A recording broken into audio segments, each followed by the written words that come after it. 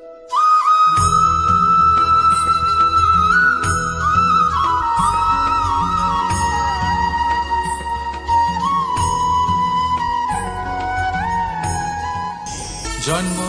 এবং মৃত্যু, একটি হলো জীবনের সূত্রপাত, আরেকটি জীবনের সমাপ্তি। এটা হলো একটি চক্র, এবং প্রত্যেক চক্রের মতোই এটাও যেখান থেকে শুরু হয় সেখানে এসেই সমাপ্ত হয়।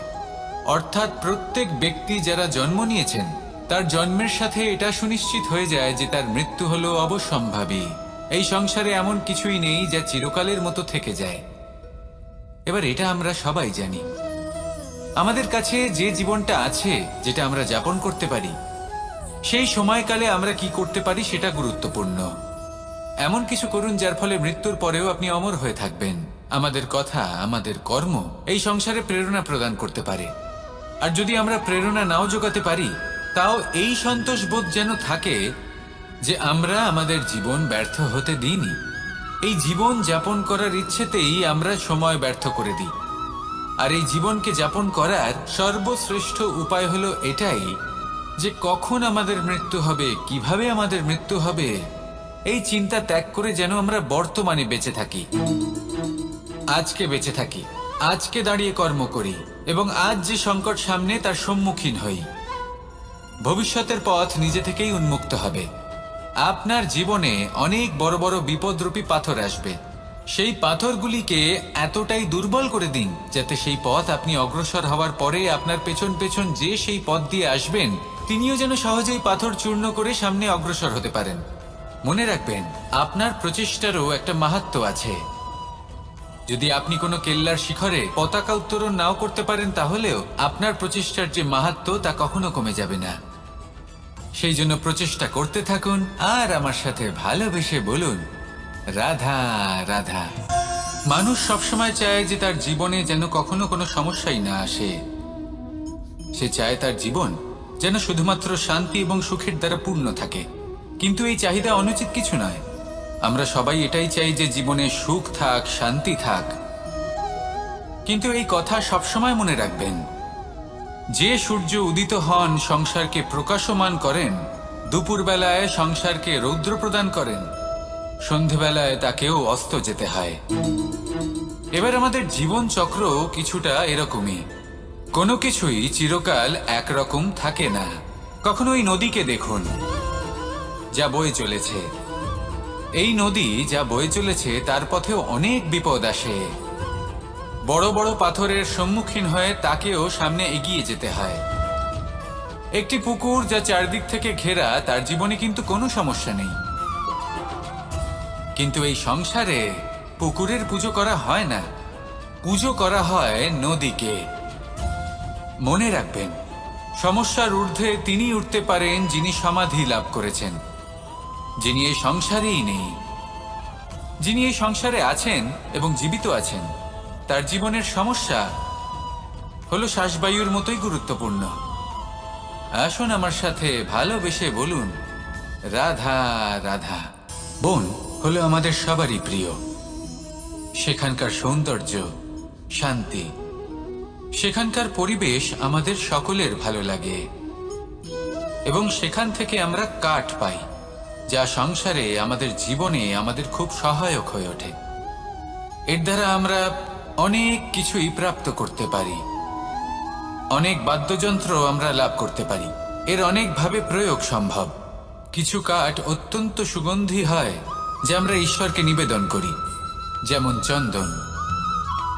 এবার ভাবুন, একজন অসাবধানী ব্যক্তি, তার হাত থেকে ছোট্ট একটা আগুনের ফুলকি যদি সেখানে পড়ে, তাহলে তা সমগ্র বনকে ভস্ম করে দিতে পারে।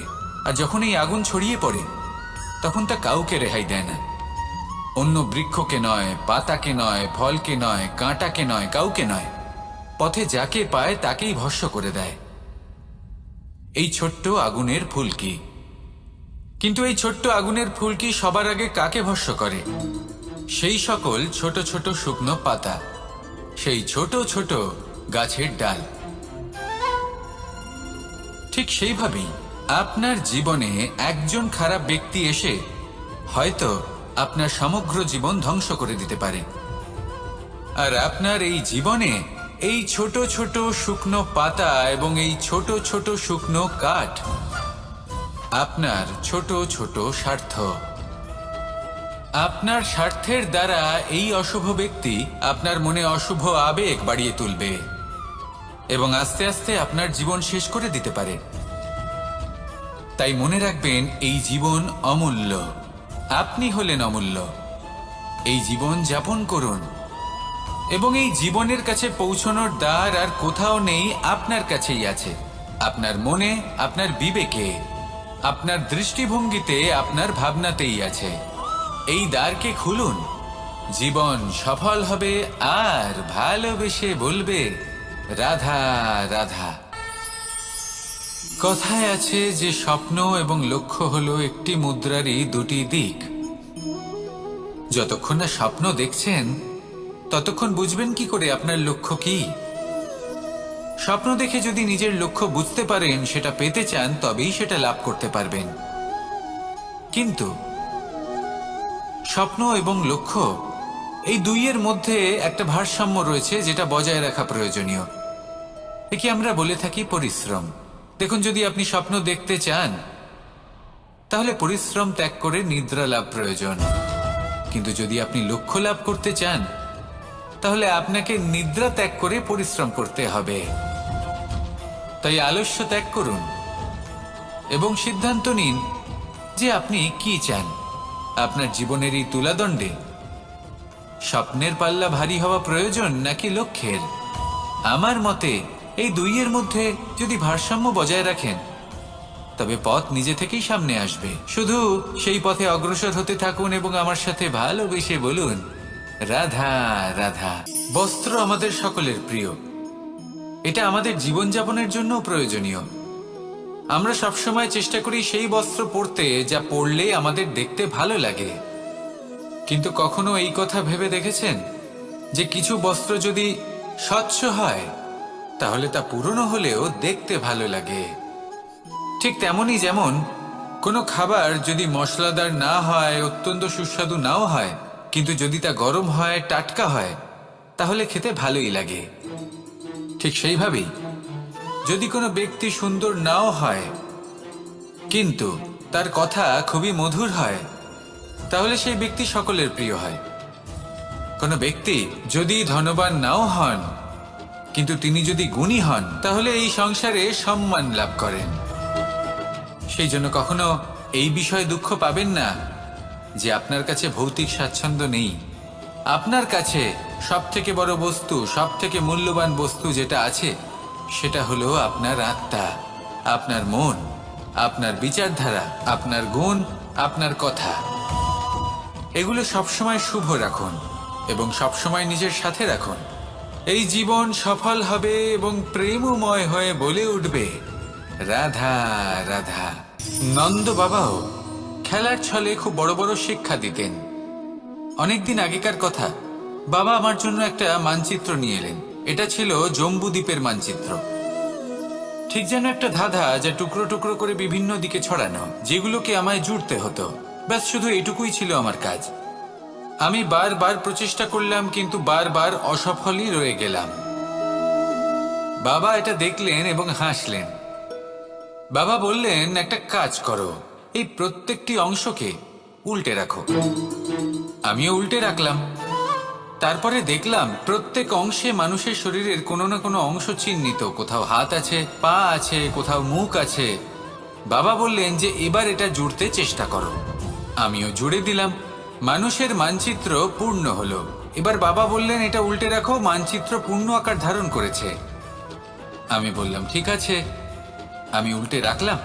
দেখলাম জম্বুদ্বীপের মানচিত্র পূর্ণ হয়েছে।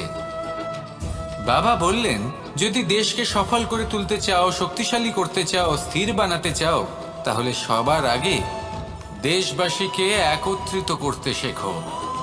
সকল সৈন্যগণ যখন একজোট হয়ে দাঁড়াবে তখন দেশের শক্তি আরো বেড়ে যাবে। শুধু তাই নয়, বাবা বললেন, যদি ভালোবাসার সাথে জড়িয়ে পড়ো তাহলে পরমাত্মাও তোমার সামনে এসে দেখা দেবেন।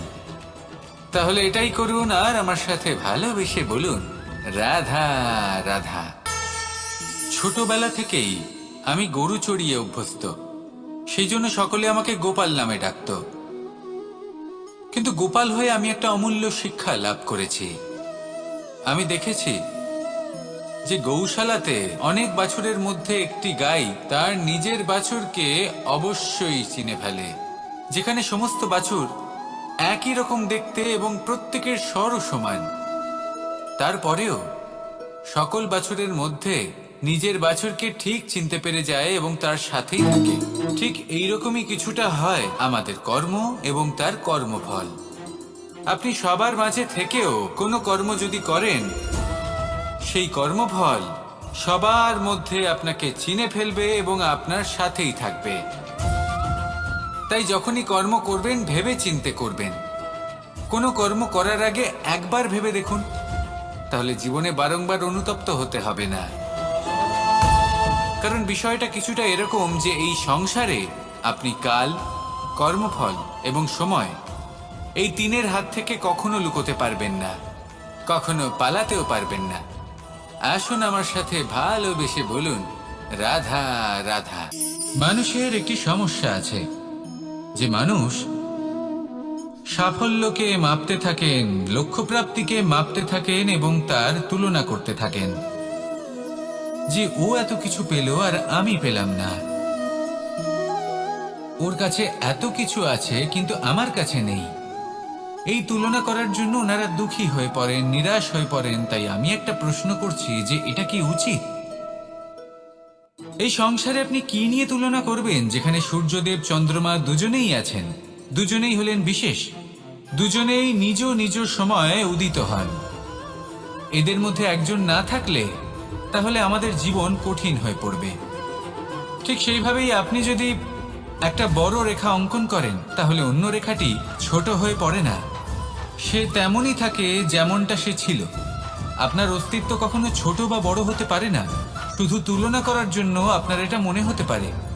যদি আপনি যুদ্ধ করতে চান, আপনার তলোয়ারের প্রয়োজন পড়বে।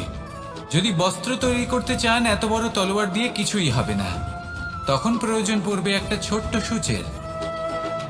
তাই তুলনা করবেন না, না নিজেকে ছোট মনে করবেন, না অন্য কাউকে।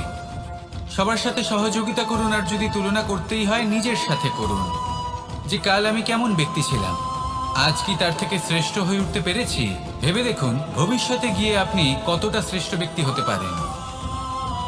আসুন আমার সাথে ভালোবেসে বলুন, রাধা